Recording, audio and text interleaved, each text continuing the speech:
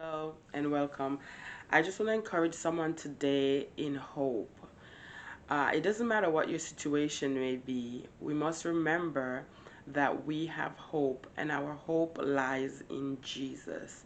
Our hope lies in God, our Lord. There is no other hope. It doesn't matter what our situation may be.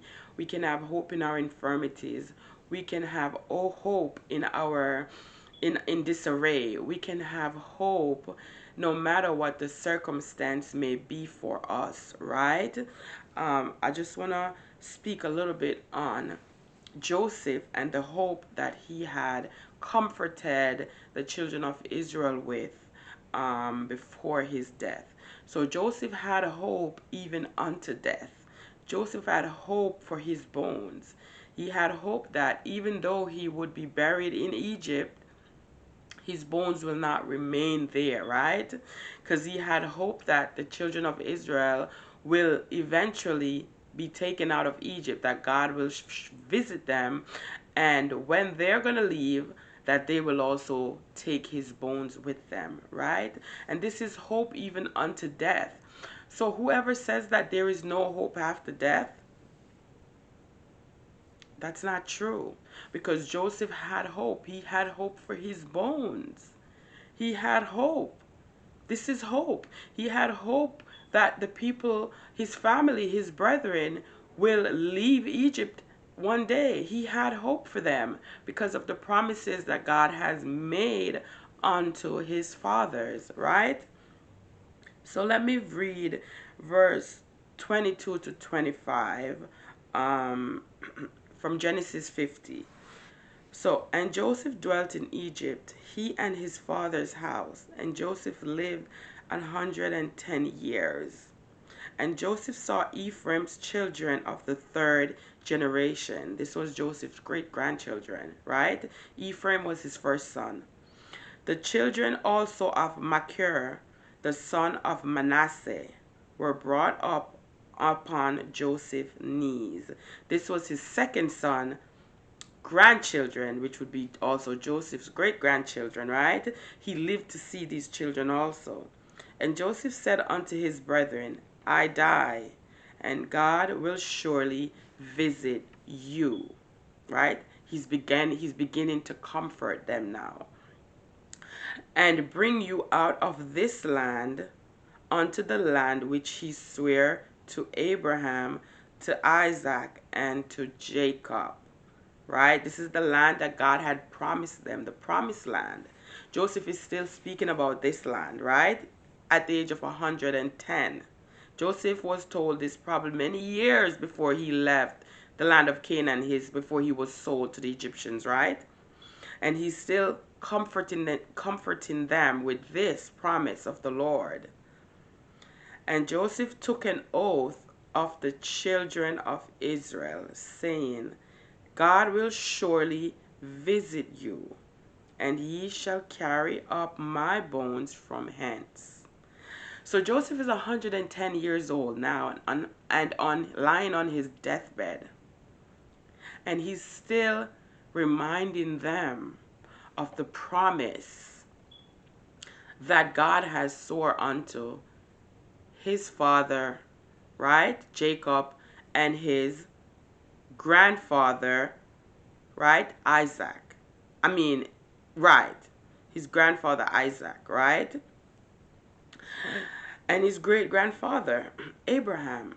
He's telling them that, listen, even though he's no longer going to be there with them, he knows that they're no longer going to be living, right, freely. He knows that. And he's telling them that you will leave this land, because Joseph knew that he was going to be buried in Egypt. He knew this, and he's comforting them and saying, God will surely visit you and bring you out of this land unto the land which he swore. See, the Lord swore. He swore to Abraham, to Isaac, and to Jacob that the bondage which the children of Israel would be under, they will be brought out. And Joseph probably knew this as a child, right? Like his father told him this as a child. And now he's 110 years old. And he remembers and he's comforting them and he's telling them that the Lord is going to come and take them out. He's comforting them. Now, I just want to go a little bit into verse 24 and 25, right? So, what had shown to me in these verses was that the land of Egypt that the children of Jacob moved to and lived with Joseph, right? Who saved many lives in the famine. This was the same land that Joseph was, governor of during the famine, right? This is the same land that became that that had become and started slavery with the people. This is the same land that enslaved them, right? These are the same people that Joseph had saved during the famine, and many others that had left, including his brothers from Canaan that had came to him, right? Because things were revealed to Joseph. Joseph had the gift of interpreting dreams, and this was how, for those who don't know the backstory, this was how Joseph had became governor. This was how he got power in Egypt, right? And he'd saved many people during the famine, right, from all that he had stored up. So Joseph knew that the people of Israel would become slaves. At this time, when Joseph spoke these words, they were not slaves yet, because Joseph was still governor, right? They were not slaves. Joseph had power in Egypt, and so his people were free before he died. But he knew that after his death, that they would no longer be free. So he had hope for them, and he began to comfort them with the words that the Lord had sworn unto his great-grandfather Abraham, and to his grandfather Isaac, and to his father Jacob. He remembered, and he's comforting them with it. Again, Joseph had comforted them that God will be their help. And even though he will be buried in Egypt, his bones shall not remain there. So he had hope that his bones will not remain in Egypt. He knew that's not where he belonged. Even though, despite the fact that he was sold to them, his family was Egyptians, because at this time, he got married, he had children, his 2 sons were Egyptians. His 2 sons. His wife was Egyptian, right? But he still had hope for the land which the Lord had promised them. And he had hope of this even unto death. And he told them that when they were going to leave the land, they all would also carry his bones with them. They were not going to leave his remains there. This is pure hope. We can only find this hope in God. There's no other way for us to have hope even unto death without Jesus. He's our hope, no matter the situation that we're facing. No matter what may come upon us in this life, we have hope in Jesus. Our hope remains in him and his promises. The Lord has promised us, his people, that we will be okay, and we can only be okay in him. This is the hope that we have. And this is why Joseph was reminding his brothers and his brothers' children and his children that their hope is in God. That is where their hope lies. And they must remember. He wanted them to remember the promises of your God. Remember. We must remember the promises of our God. Remember the things that he promised us. Remember. Try and remember all of his promises. Right? So even in death, Joseph still had hope. He knew his remains did not belong in Egypt, but belonged with his fathers. But he knew that Pharaoh, of course, would not have allowed them to bury him anywhere else but Egypt, because that's where Joseph lived all of his life. That's where his family were birthed, his personal family. His children, they were all Egyptians. That's what I said before. So here Joseph is showing us that life will bring us to different places, but that doesn't mean that's where we belong. The land of our fathers, or the land of our inheritance, is where we belong. This was the promised land that God had promised them. Joseph knew that this is the land where he belonged.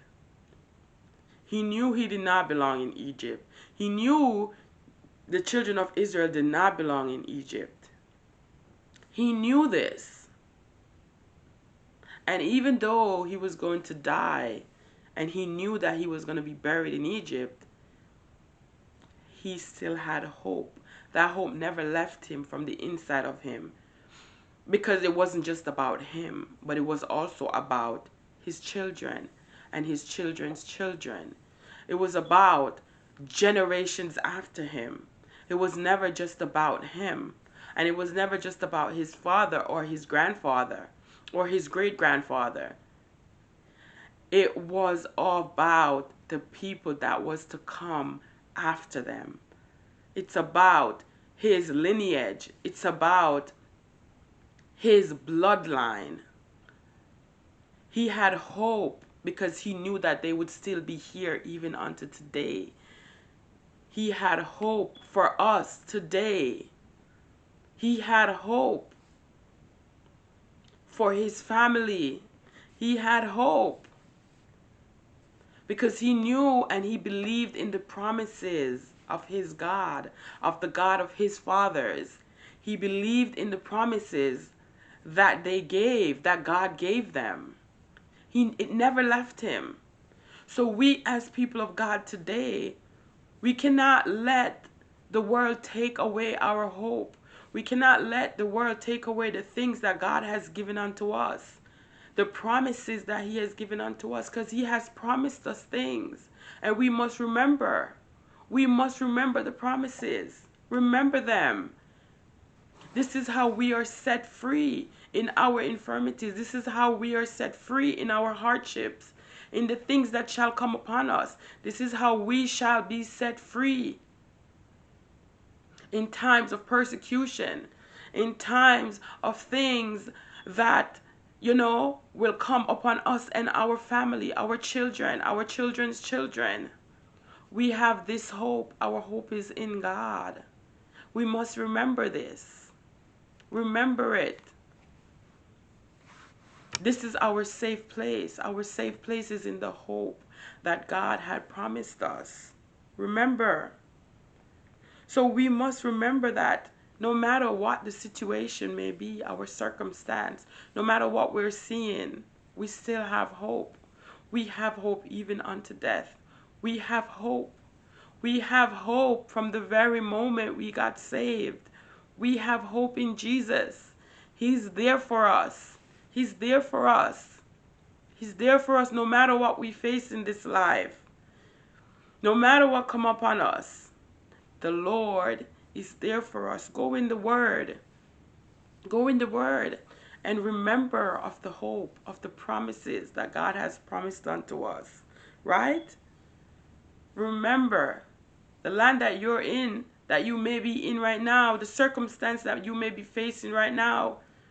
That is not the end for you. That is not the end for you.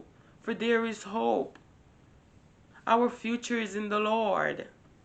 Our future remains in the promises of our God. That is where our future lies. So remember who we are in God. Remember. For the Lord is here for us. He's always been here for us. From the very beginning, he's always been here for us. He'd already made preparation for us in everything and in every situation, in every circumstance. So glorify God with the hope that you have in Him. Sing praises unto God. Sing praises unto Him and worship Him. Worship God. The best way to give God thanks in infirmities, oh God, is worship. In prayer and worship. And He shall lift you up because He's our hope. He's our hope. This is the word I had for today for someone. I pray it had blessed you in some way. And I pray it had helped you to not feel so down. I pray it had brought comfort to your soul, comfort to you, to your situation, to help you in what you're facing. God bless you. I'm Shanette. Take care. Until next time.